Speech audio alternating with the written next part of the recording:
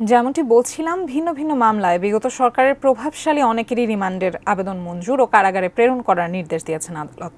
এই মুহূর্তে আদালত প্রাঙ্গণে আছেন আমাদের সহকর্মী মুজাহিদুল ইসলাম। বিস্তারিত জানবো তার কাছ থেকে। মুজাহিদ, আদালত প্রাঙ্গণ থেকে কি তথ্য জানাবেন আমাদের?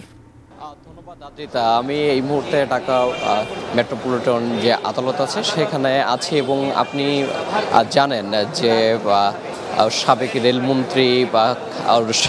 রেলমন্ত্রী এখানে নুরুল ইসলাম সুজনকে 5 দিনের রিমান্ড দিয়েছে এবং নুরুল ইসলাম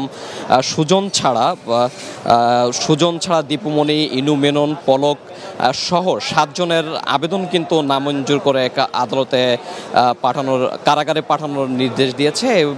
আপনি জানেন যে এর আগেও কিন্তু আসলে দীপুমণি সহ পলক সবাইকে রিমান্ড দেওয়া হয়েছিল, কিন্তু তাদের অসুস্থতার কথা বলে কিন্তু যে আসামি পক্ষের যে আইনজীবী আছে তারা জানাচ্ছিলেন যে তাদের অসুস্থ এবং বিদেশ যাবেন না, এই মর্মে কিন্তু তারা আসলে আবেদন করেছিলেন। কিন্তু ম্যাজিস্ট্রেট সাদ্দাম হোসেনের যে আদালত, সেই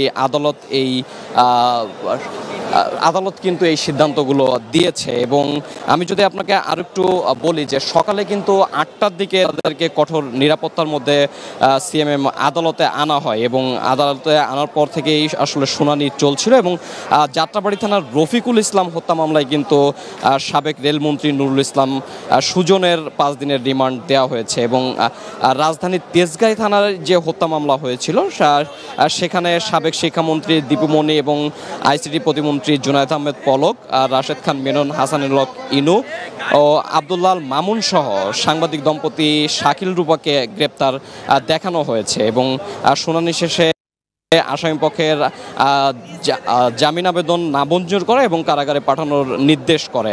এই মুহূর্তে আমরা একটু আসামি পক্ষের আইনজীবীর কথা শুনবো এবং আমরা তার কাছ থেকে জানতে চাই যে আসলে তারা কি আবেদন করেছিলেন। আপনারা আসামি পক্ষের থেকে কি আবেদন করেছেন?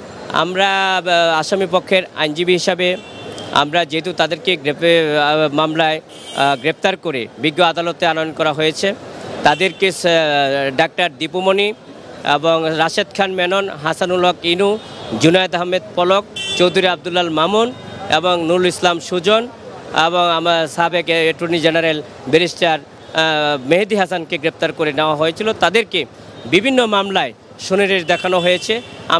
আমরা জামিন চেয়েছিলাম। আমরা বিজ্ঞ আদালতে বলেছি যে একের পর এক তাদেরকে মামলা করা হচ্ছে এবং তাদেরকে গ্রেপ্তার করা হচ্ছে, যা সংবিধান লঙ্ঘন, মানবাধিকার লঙ্ঘন এবং আইনের শাসনের পরিপন্থী। শুধু রাজনৈতিক কারণে বিজ্ঞ আদালত এবং আইন ব্যবহার করে, এই কাঠামো ব্যবহার করে আমাদেরকে হয়রানি করা হচ্ছে। এবং আমরা বিজ্ঞ আদালতে এও বলেছি যে তারা বিশিষ্ট ব্যক্তি, তারা সাবেক এমপি ছিলেন, মন্ত্রী ছিলেন, তারা সমাজের ভিভিআইপি লোক, তাদেরকে যদি বিজ্ঞ আদালত জামিন দেওয়া হয় তাহলে তারা জামিনের বিজ্ঞ আদালত যে কন্ডিশনগুলি দিবেন সেই কন্ডিশন আমরা রক্ষা করব এবং পালন করব। এবং নুরুল ইসলাম সুজন সাবেক মন্ত্রী ছিলেন এবং ওনার ব্যাপারেও আমরা জামিন চেয়েছি, কিন্তু বিজ্ঞ আদালত সন্তুষ্ট হয়ে 5 দিন রিমান্ড মঞ্জুর করেছিলেন। অন্যান্য যে আসামি তাদেরকে আমরা জামিন চেয়েছিলাম, বিজ্ঞ আদালত সন্তুষ্ট হয়ে উনি জামিন নামঞ্জুর করে সিডব্লিউ মূলে জেল হাজতে প্রেরণ করেছিলেন।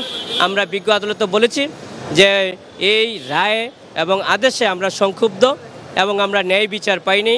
আমরা উচ্চ আদালতে যাব এই ন্যায় বিচারের জন্য। আমরা আশা করি যে উচ্চ আদালতে আমাদের এই সাবমিশনগুলো আমরা রাখবো এবং উচ্চ আদালতে আমরা ন্যায় বিচার পাবো এবং তাহলে আইন ও আদালতের প্রতি মানুষের আস্থা এবং শ্রদ্ধা বাড়বে, আইনের শাসন প্রতিষ্ঠিত হবে। যেমনটি শুনছিলেন আসলে আদ্রিতা, এখানে আসামি পক্ষে যিনি আইনজীবী আছেন তিনি কিন্তু উচ্চ আদালতের কথা বলছিলেন এবং এখানে ন্যায় বিচার পাননি বলে তিনি অভিযোগ করছিলেন। সবকিছু মিলিয়ে আমার কাছে এই সর্বশেষ ছিল।